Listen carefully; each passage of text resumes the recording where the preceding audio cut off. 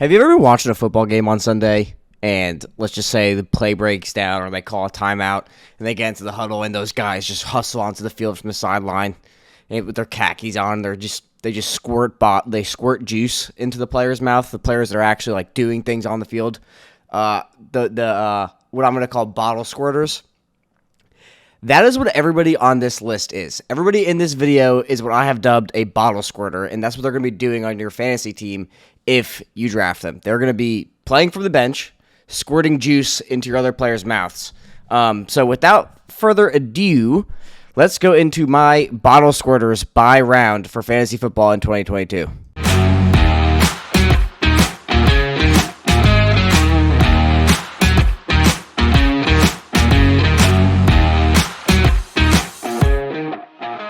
So if you missed the video yesterday, basically we're going to the players we're looking at fit into the parameters I have set of each round is contained by players that fall within a 12 ADP range. So basically simulating picks 1 through 12 and so on and so forth throughout your fantasy draft. And with that being said, let's talk about the first round. And these two boys I got up on the screen are Christian McCaffrey and Dalvin Cook. I don't think there are two worse picks that you could make in the first round. The other worst pick you could make would probably be Travis Kelce, but at least Travis Kelce is going to do something for your team. The reason why I don't have Travis Kelce on this list is because, or why I say Travis Kelce is because I don't believe that you should ever pick a tight end that early, being that you could find a nice tight end to round out your roster later in rounds. But in round one, even though Kelsey's going to have an elite year this year, you don't want to have a tight end. You don't want to leave the first round with a tight end. You definitely want to leave it, in my opinion, with the running back or an elite wide receiver like Justin Jefferson or Cooper Kupp or Stephon Diggs. But let's talk about these two guys. Christian McCaffrey, man, he just makes no sense to me, man. He has been a bottle squirter for the past 2 years. And people want to go on and on and on about, oh, this guy's injury prone, da-da-da-da-da. And then we'll turn around in that same breath and say Christian McCaffrey is the best player to draft in fantasy football. You should be taking him number 1 overall. Like, this dude doesn't get hurt if a gust of wind doesn't blow too hard. This dude has had more non-contact injuries than anybody in the NFL, and we're taking him number 2 overall. For what reason? The only reason Christian McCaffrey makes sense to me is because he's unquestionably the best player in fantasy football history, possibly, when healthy. So if you want to take that gamble, go ahead. I'm not that guy. I'm fading Christian McCaffrey all year. Honestly, for as long as he's playing football, I'm not drafting him.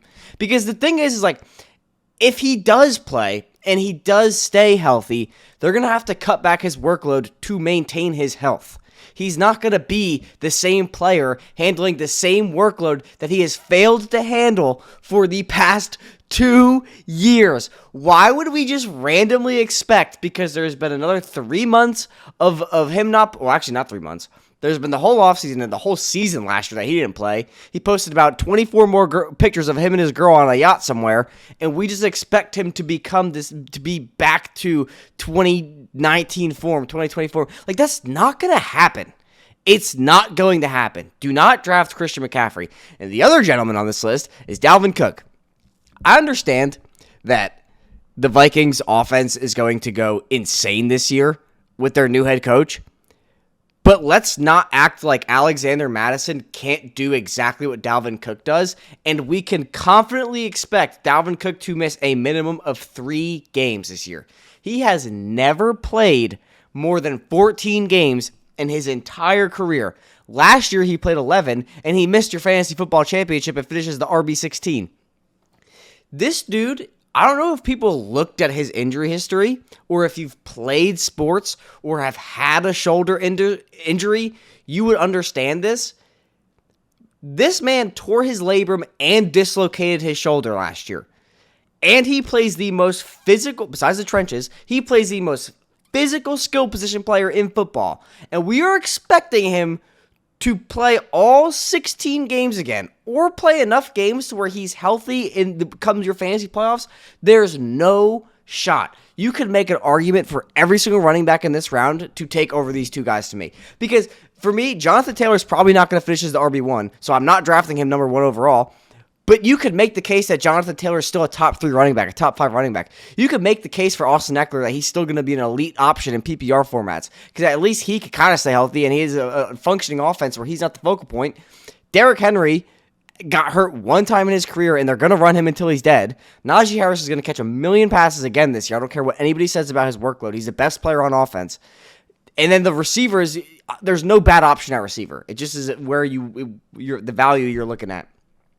So for me, in round 1, I am avoiding both of these guys like the plague, and there is no way you could convince me to take one of them in redraft formats at their current value. In round 2, I got Deebo Samuel and Tyreek Hill, and you could be sitting there being like, what? You have Tyreek Hill and Deebo Samuel as a fade? They're the greatest wide receivers in all of football. Okay, let's start with Deebo. Deebo is openly upset with how he was used last year and how has a ton of incentives in his contract for his rushing upside, essentially. Basically, he will get paid for if he reaches certain benchmarks in his output. The thing that scares me about Deebo is, 1, he does not want to play that role anymore, and he is doing it begrudgingly. 2, Trey Lance is now the quarterback. We have no idea what this offense looks like. There has been multiple reports of his accuracy being bad in camp. One day he'll have good camp, a good accuracy day. The next day he'll have a bad accuracy day. And we've seen him miss a lot of throws in preseason that are routine layups for other quarterbacks. The other thing is that this roster has 6 active running backs. So they're going to run the ball a ton. And I think that they brought in Danny Gray, and they're going to use Brandon Ayuk in this role because Brandon Ayuk has been dominating training camp, getting that chemistry with Trey Lance while Deebo Samuel is holding out, both as deep threats. Because if you look at Matt Harmon's reception perception, I don't have the numbers in front of me, but I talked about it in one of my wide receiver videos, my top 10 wide receiver videos. Deebo Samuel is not that great of a route runner, and as a pure receiver, he's not the greatest. The reason why he finished that high in fantasy last year was because he had 9 or 6 rushing touchdowns. That's not happening. It's not going to happen again. There's just no way it happens again. Now let's talk about Tyreek Hill, because I think I rambled on about this guy long enough. Tyreek Hill. You have to understand that with Tyreek Hill, they have not baked in to his ADP Tua.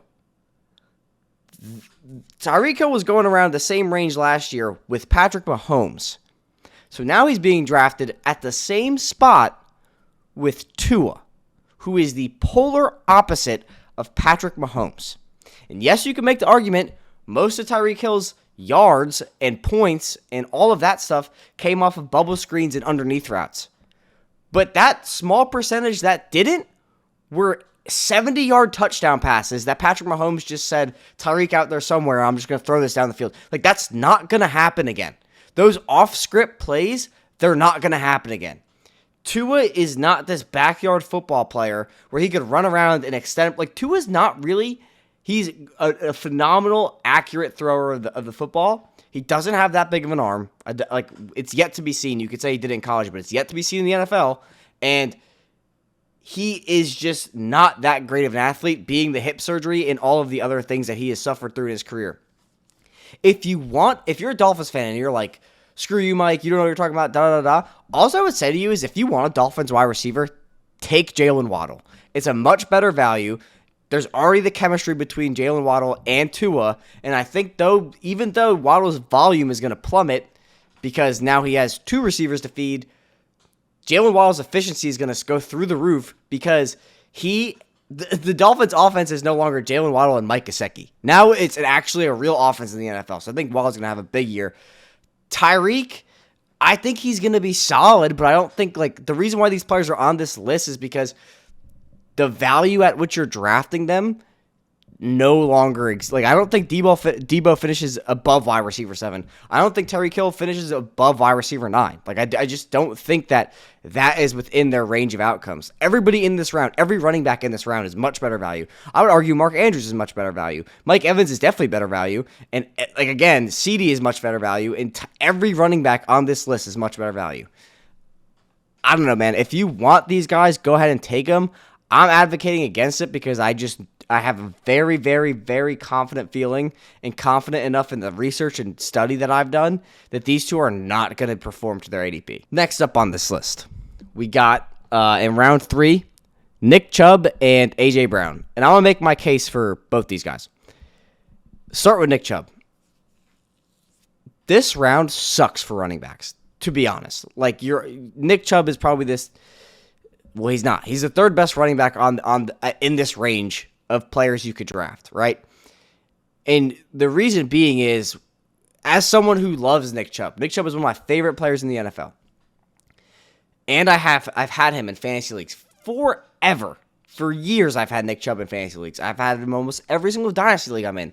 But the reason I'm off of Nick Chubb now is because as a Nick Chubb fantasy owner, we have dreamed of the day that Kareem Hunt died. Not actually died, but didn't play, didn't share the backfield with Nick Chubb because we wanted to see Nick Chubb unleashed with all of the ground workload and all of the passing volume.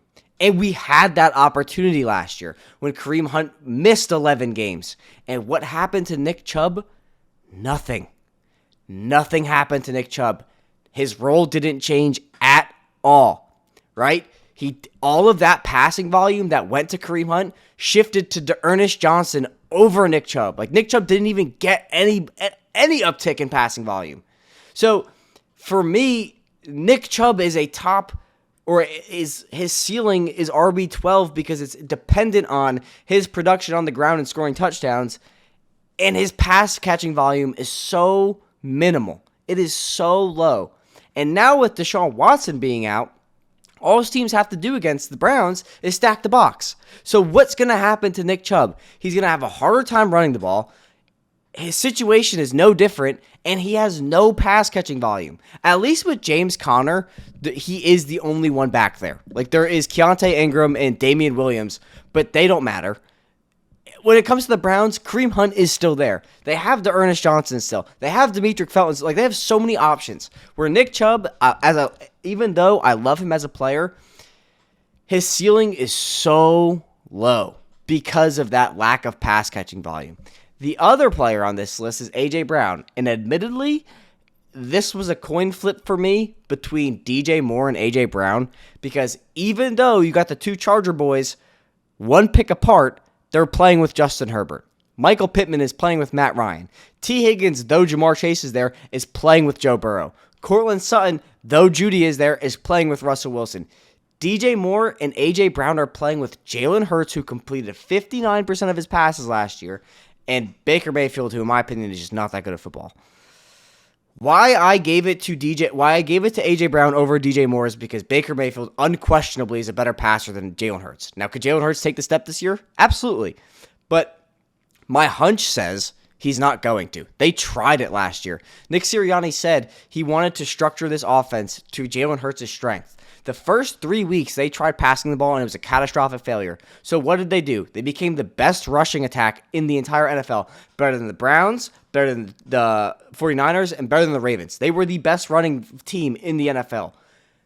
And it's interesting to me because when Gardner Minshew came in a little bit in last year, I think he played against the Jets, and in this preseason game, there are elements to this Philadelphia offense that they do not implement because or when Jalen Hurts plays. And I don't know if it's because they don't have confidence in him as a passer, or they're running the same scheme.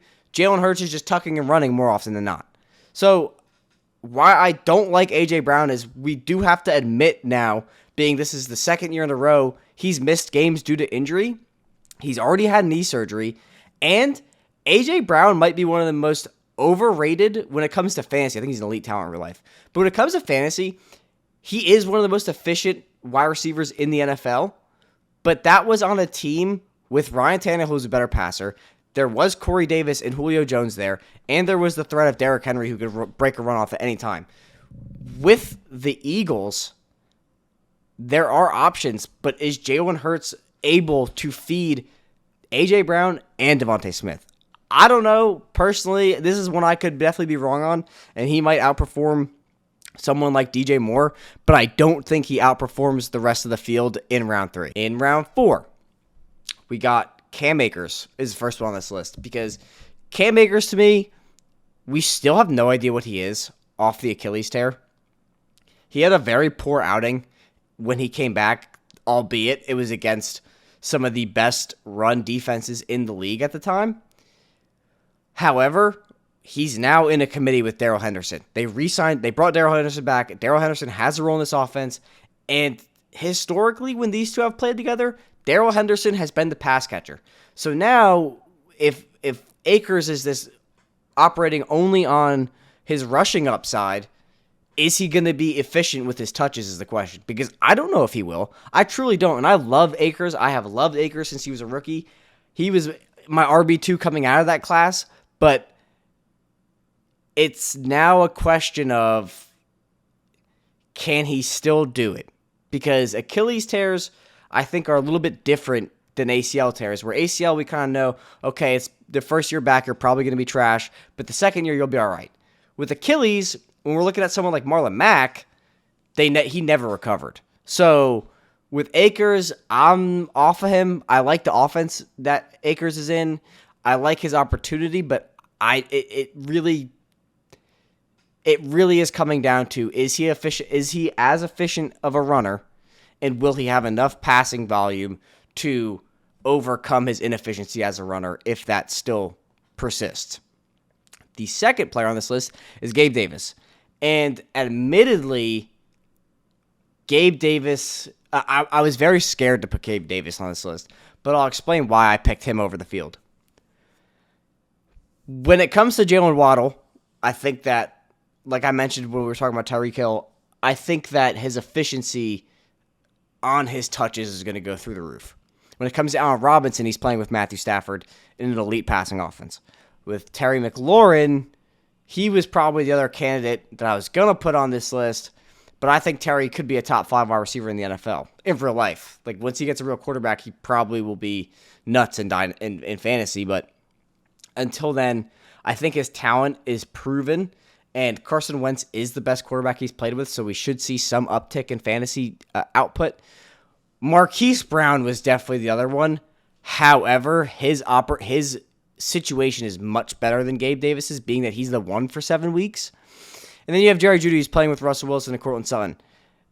Why I put Davis here is because I think the Davis hype it's coming to a climax in the sense of, I think next year he actually might become the one in the offense. There's potential for that. I don't think he overcomes Diggs, but there is a potential where he does eat monumentally into Diggs' workload. But for this year, I don't know if he's going to be more of like a Mike Williams in the sense of they're just going to use him to attack deep down the field rather than the intermediate, shallow, red zone threat that Stephon Diggs plays. Like, I don't think he's going to take that role just yet. That's why I'm kind of scared of Davis. If Davis was going in round 6 or 7, like he was a few months ago, hell yeah, definitely take Gabe Davis. But in round 4, where he's probably your RB wide receiver 2 at this point, maybe 1, I don't know, man. I think it's just too risky for me to take Gabe Davis this high, being that what role he's going to play on your fantasy team, if that makes sense. In round 5, we have J.K. Dobbins. J.K. Dobbins is someone who I thought was going to explode last year. And I think he was going to explode last year. Unfortunately, he tore his ACL in the preseason game against Jaguars. This year, historically, just stay away from running backs coming off ACL tear. I don't think there's ever been a case. There might be one case. And I want to say it was Adrian Peterson, but I could be wrong. Of running backs specifically coming back a year removed from the ACL and being fine. Usually that does not happen. J.K. Dobbins is in a committee. There's tons of other running backs there. There's Lamar Jackson there. And now there's Mike Davis. And Mike Davis is just a phenomenal blocker, pass blocker. And they're probably going to use him in the red zone over J.K. Dobbins. That's what it seemed like throughout the preseason games. What we've seen in reps from the ones in preseason coming with the Ravens. I would just stay away from Dobbins. I think everybody on this list is better than Dobbins, is a safer pick than Dobbins. The other player is Deontay Johnson. And why I'm staying away from Deontay Johnson is, one, his price is too high, and two, I don't think he's the best receiver on this team. There's Chase Claypool there, and more importantly, there's George Pickens. George Pickens might actually be the best player on this team, and I'm not saying this because of his one preseason game. George Pickens was my wide receiver 1 coming out, and I've been saying this since January. If you go back and look at any of my mock draft videos, I have been slamming the table saying George Pickens is the best wide receiver in this class, maybe second to Drake London. I have always believed that Deontay Johnson would fall off. I don't care what his metrics look like. I don't care what his stats look like. I always believed he would fall off in fantasy when Big Ben retired. And now that take is coming to a fruition this year, depending on if I'm right or wrong. But I think that Ben Roethlisberger couldn't throw it to Chase Claypool, and there was no other option besides Deontay Johnson. They had James Washington there. Like I would actually throw him the ball if I was a quarterback. So with Deontay Johnson, there are more mouths to feed, and there are more capable quarterbacks at pushing the ball down the field. And let's not forget, Deontay Johnson did have a drop issue like 2 years ago. So I just think Deontay Johnson is way overhyped. I think he's way overinflated. Why I'm saying not to take Deontay Johnson over someone like you're looking at the screen, you're like, but DK Metcalf's there, or Michael Thomas is there, or St. Brown is there. St. Brown's situation hasn't changed because Jameson Williams isn't playing yet. When he plays, maybe it'll change, but Jared Goff loves him. The other thing is, Michael Thomas has a quarterback in Jameis Winston who led the league in touchdowns a few years ago. DK Metcalf played better in fantasy with Geno Smith last year, and Drew Lock loves to throw the ball down the field. So with those guys, the offenses are way slimmer in terms of their passing attack. With Deontay Johnson, his situation is sketchy, and there are more mouths to feed in that offense than the field. Round 6, I got Elijah Mitchell as the first player. I love Elijah Mitchell, truthfully, I do, but God knows how many games he's going to play this year, and God knows who's running the ball this year for 49ers. It happens every single year. Like, did you know that the 49ers had not had a repeat lead rusher since 2017 with Matt Breida? It's been different every single year. It was like Matt Breida, JaMychal Hasty, Jeff Wilson, Raheem Mostert, and then Elijah Mitchell. I think those are the 5. And he's just like, he can't stay healthy. They have Tyrion Davis-Price now. They have Jeff Wilson, who is listed as the 2, and Elijah Mitchell as the 1. And there's Trey Lance. So this is definitely going to be a run-first offense, but it's going to be by committee. And I honestly don't believe that Elijah Mitchell will be the lead red zone back. I think they're going to feed Tyrion Davis-Price in the red zone. And, like, honestly, with the 49ers every single year, that backfield is just so annoying. Like, just stay away from it. I don't think it's worth it. And then the man at the bottom of your screen, he will probably be in jail for the murder of countless fantasy teams this year. Allen Lazard. If you actually think drafting Allen Lazard is a good idea, I don't know what to tell you, man. Like, this dude has been in the league for years, and I think the most yards he's had is like 500. So you're telling me that because he's played with Aaron Rodgers before, isn't a good receiver, has never had more than like 12% of the passing volume, this dude is just going to break out this year? Because why exactly? When they just drafted Christian Watson and Romeo Dubs, whatever his name is making plays left and right in training camp. So this dude might be the wide receiver 1 for like 2 weeks until he's just outperformed by better talent. Like, it's going to happen. Everybody on this list is a better pick than Allen Lazard or Elijah Mitchell. Darnell Mooney is a fantastic pick. David Montgomery, though his situation is sketchy, better pick than Elijah Mitchell. A.J. Dillon's the best pick in this round, probably. Kyler Murray, Jalen Hurts, Elijah Moore is the wide receiver 1 for the Jets. Adam Thielen is in a pass-first offense that is an effective pass-first offense. Trey Lance has monster upside at quarterback. Dalton Schultz is probably going to be the best value at tight end you could get this year. Brandon Ayuk is a stud. And Amari Cooper might actually be the other worst pick because Jacoby Brissett is playing. But Amari Cooper is a million light years better than Allen Lazard when it comes to being a talented wide receiver. So, if you want to draft these guys, go ahead. I don't think it's smart, and I wish you the best of luck. In round 7, we have Elijah Mitchell. Clyde Edwards-Helaire. I have been slamming the table saying that Clyde Edwards-Helaire should just never be drafted because, in my opinion, he's just not good. And I think the fact that he is honestly in a, like, let's just call it what it is. Let's call a spade a spade. He's in a competition. A first-round pick is in a competition with the undrafted free agent in Isaiah Pacheco.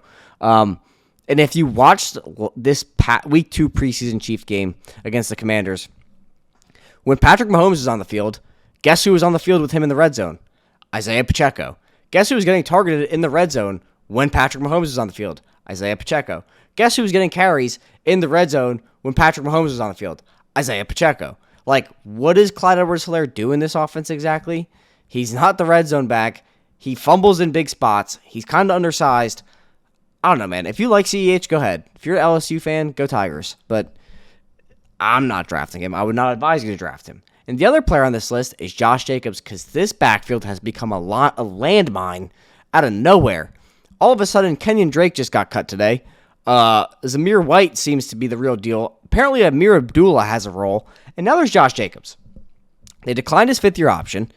So, for me, I think that in order for Josh Jacobs, you're getting him around 7, so it kind of is good value just because I'm a Josh Jacobs homer. But over everybody else, it's like not a good pick unless you don't have a running back. Because in my opinion, he has to have a Damian Harris type year to be worth it. Because realistically, he's probably going to be the short yardage back and the red zone back. Like, he's not catching passes. They have Amir Abdullah for that and Zamir White for that. And they drafted Zamir White right after they declined his fifth-year option, as in Josh Jacobs. So I don't really know what Josh Jacobs is going to look like this year. I had him as my RB20 going into this year, but that was my way too early list. He's not top 20 anymore for me. Like, I'm going to post it on, I'm not going to make another video, but I'll post it on Instagram. Our Instagram link is in the bio. Dude, it breaks my heart for Josh Jacobs, truly, because he's one of my favorite players, but I wouldn't draft him in fantasy this year. I think it's just too sketchy. Maybe if you need another, like, RB4, RB3, go ahead, but I wouldn't get your hopes up for Josh Jacobs. You might be asking yourself, Mike, do you ever get tired of being right? And the answer is no. The easiest fade of this year, and I have said it countless times, I've tweeted about it multiple times, Antonio Gibson. This dude is returning, the reason, the name for this video of these players being bottle squirters actually came from a group chat where someone was pouting about their Antonio Gibson shares, and I just said that he's going to be a great bottle squirter for Brian Robinson, because that's what he's going to be doing this year. I don't care how good this dude is when he has the ball in his hand because he fumbles all the time. They're not in the NFL, you're not going to get the ball if you fumble because you could rip a 90-yard catch, run, whatever you want to call it off, and if you fumble, it's for naught. Like, it's just over. Like, who cares? And that is all Antonio Gibson does. Like, he already fumbled in the first preseason game, and they immediately benched him and put Brian Robinson in, and they haven't looked back. Like, they drafted Brian Robinson because he is a player who he's going to go in, he's going to do his job, he's going to secure the ball and get either score a touchdown or he's going to get that third and inches, that third and 2, he's going to get those yards. You know who's not? Antonio Gibson, because he's going to fumble. Antonio Gibson is the ultimate bottle squirter. Now, there is a chance that he replaces J.D. McKissic, which I don't think is a bad option, which is why I think if you could get Gibson in like round 10, sure, go ahead. But I wouldn't, because everybody on this screen plays is in the role that we hope Antonio Gibson gets to, because right now he's playing behind J.D. McKissic and is returning punts. So do not draft Antonio Gibson. And the other player on this list, you might not even recognize him, but it's Marcus Valdes-Scantling. This dude, between him and Allen Lazard, those are the two that get hyped up every year, and I'm just like, for what reason? All I know from every Packers game I watched, This dude just drops the ball in the biggest moments. Aaron Rodgers just puts a teardrop on him, and he drops it. Why is that going to be different on the Chiefs offense when you're looking at someone who's playing next to Juju Smith-Schuster, Mecole Hardman, who I don't really like, and now Sky Moore? And then you have Marcus Valdes-Scantling for what? To do what exactly? Because he's not faster than Sky Moore. He's not a better route runner than Juju. And Mecole Hardman's faster than him. So he's not the shallow option. He's not the deep option. And he's not the intermediate option. So why exactly? Like what? Unless someone gets hurt, there's no point. Like, of the receivers in this round, Chris Olave is a better pick. He's a surefire wide receiver, too, in that offense. Sky Moore is going to have a huge role. They're lining him up everywhere, reportedly even out of the backfield. And Treylon Burks, if he has his inhaler, at least he's going to have a spot on the team, on the field. I don't know about Marcus Valdes-Scantling. But yeah, these are my picks for round 8. Please stay away from these guys. In round 9, these two are just absolute, unquestionable bottle squirters. I think the Buffalo Bills offense is slowly becoming the most annoying offense in football the most annoying backfield in football next to the San Francisco 49ers and the Baltimore Ravens. Devin Singletary, what are you? Because, he's just starting to look a lot like Antonio Gibson to me. Like, is he running between 30 and 30 and they're going to feed Zach Moss in the red zone and they're going to pass to James Cook? Or is Josh Allen going to continue to be the red zone rusher? Like, Devin Singletary, cool story, cool player, but like every running back on this screen except for probably Cordero Patterson because he's an absolute bottle squirter because Atlanta is just terrible. I'm taking, like, Kenneth Walker, I'd rather sit and wait for Rashad Penny to die and then just let Walker rush for 20 times on my offense, and that'll be fine. James Cook, like I said, he's going to be the pass catcher in this offense, so if you're desperate for someone in the Buffalo Bills backfield, take Cook if you're playing in PPR leagues because he's going to be the pass catcher. And then, like, Dameon Pierce, absolute monster. His schedule, actually, I just looked at it, and his schedule looks a little bit tough, but he should be fine. And then the next player on this list brings you right to him. Damian Harris. Damian Harris, what is his role in this offense now? Ramondre's getting reps with the ones. James White just retired, so there is a scenario where Ramondre Stevenson is the first time in forever 3-down back in New England. And if that is the case, he's an absolute league winner in round 8 where you could draft him ahead of Damian Harris because this offense is going to sputter most likely to start the season. And if that happens, they're going to rely heavily on their running game. And Ramondre Stevenson is talented enough. He's proved it last year. He's good enough to play above what the scheme is because he just needs the rock in open space and he'll be all right. So Devin Singletary, bottle squirter. Damian Harris, bottle squirter. Do not draft them. And in the last round 10 of this video, we have Rondale Moore. Rondale Moore literally looks like a Cardinal. He is built like a Cardinal. If you draft Rondale Moore, explain to me why. This kid is he's 5'6", 115 pounds, and will most likely die on impact of a tackle.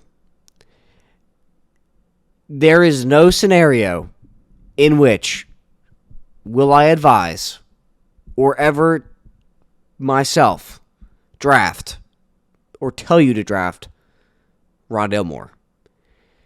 I would rather go deep into the catacombs of sleeper ADP and blindfold myself and have my 2-week-old child touch my phone at random and pick a player than draft Rondale Moore. This is the biggest waste of space you could put on your fantasy team. And if I'm wrong, whatever. But I'm not. I know I'm not. This kid returned punts last year and caught one ball on the sideline and everybody thought he was a god. Do not draft Rondale Moore. The second player, Melvin Gordon.